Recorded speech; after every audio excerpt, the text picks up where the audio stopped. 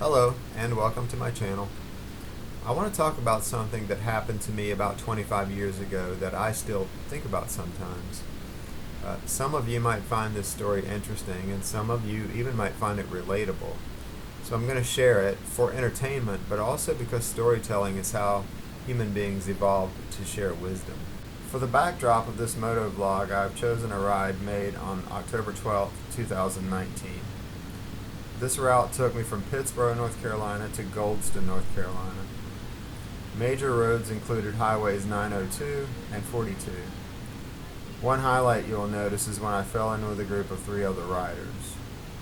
I hope they didn't mind me tagging along, but it's always more interesting video when I can include lots of other motorcycles. On with the story. I was in my mid-20s. One day, my oldest friend showed up at my house with a sport bike he had rebuilt. The only impressive thing about this motorcycle was that it had been rebuilt from the ground up using mechanical skills and knowledge I knew I would never have.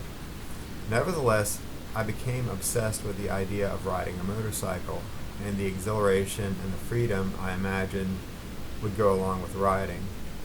No more than 3 weeks later, I had purchased a new GSX 650.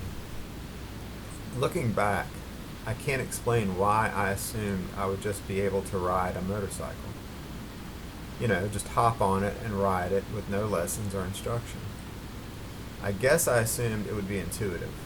I had ridden bicycles all my life, and I had a moped for a few months when I was a kid. I'd ridden 3-wheelers and 4-wheelers, but I had never ridden a real motorcycle of any kind. I'd always heard people say things like, you steer a motorcycle by leaning it. If the bike is moving, your feet should be on the pegs. Helmets cause neck injuries, and other famous platitudes. With all that traditional wisdom, how could anything bad happen? Despite my lack of knowledge about how to ride a motorcycle, miraculously, I put about 3,000 miles on that bike without incident, but there was one close call worth talking about. I mentioned my buddy John had rebuilt his motorcycle, but on top of that, he liked to race. So not only could he work on bikes, but he could go super fast, and he even eventually started winning races. One day, he was telling me about the work he was doing to get faster on the track.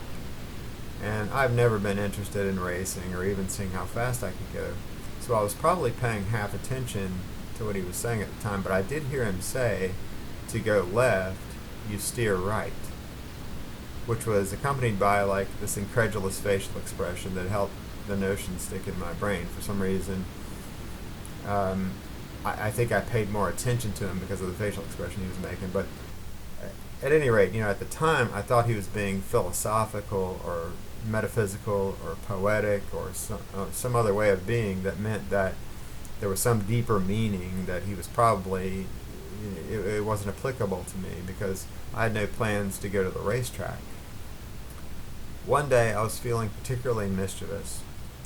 I decided to get the bike out and hit some back roads. At the time, there was a back road sort of between Apex and Holly Springs that had a nice corner in it and not much traffic, so it seemed like a good place to go and kind of goof off. That corner opened onto an overpass that went over US 1, and that was south of Apex, just south of Apex actually. And that overpass is no longer there. I should say that if that overpass were still here, I would have added footage and maybe tried to replicate in video what happened that day. But anyway, that day I was out riding back roads south of Apex, and I found myself in that corner. It would be wrong to say that I was going too fast for the corner. A better way to say it, a more accurate way, would be to say that I was going too fast for that corner given my riding skill at the time.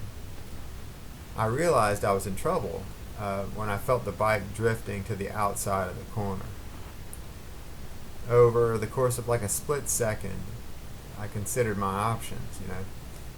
Throwing the brakes on would stand the bike up and send me into the railing and possibly over the guardrail. um, pushing through the curve didn't seem tenable. It didn't seem like it was going to work. I thought I was going to sideswipe the guardrail and likely high side over the guardrail onto US 1 South below. So at that point, I wondered whether I was going to end up injured, maimed, or dead. I mean, I thought to myself, this might be it.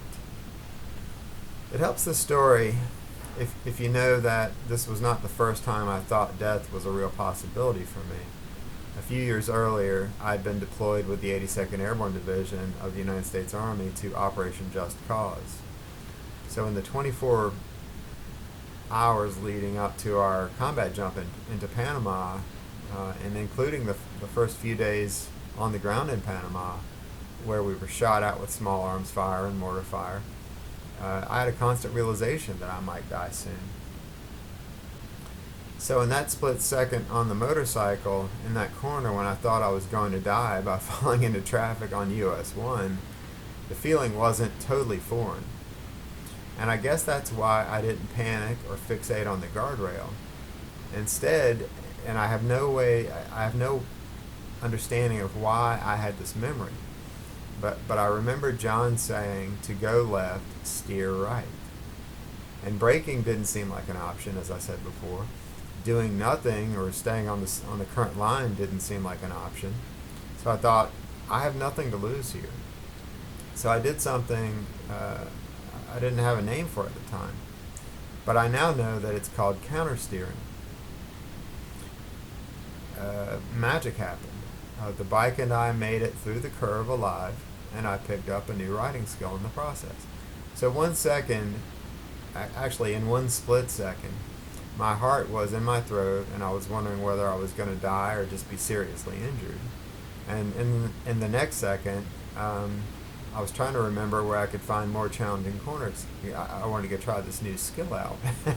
And to my 20-year-old testosterone and adrenaline saturated mind, this mystifying thing had happened, and I had lived, and I wanted to go see if I could take on more challenging corners.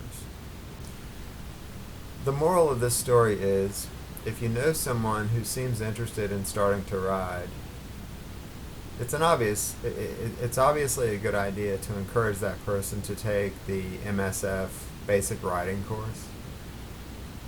But you might also offer a few words of advice about looking into things called countersteering, target fixation, trail braking, body position, choosing lines, and those other kinds of things. There's plenty of information on YouTube, plenty of information online, and there's some misinformation there too. There's no doubt about that. But I think there's a lot of really good information too, and I think that just mentioning those topics to someone who might be in the process of looking to buy a motorcycle might just save a life. Thanks for listening. If you enjoyed this story, please give it a thumbs up. If you have a similar story or a comment about this story, please share in the comments below.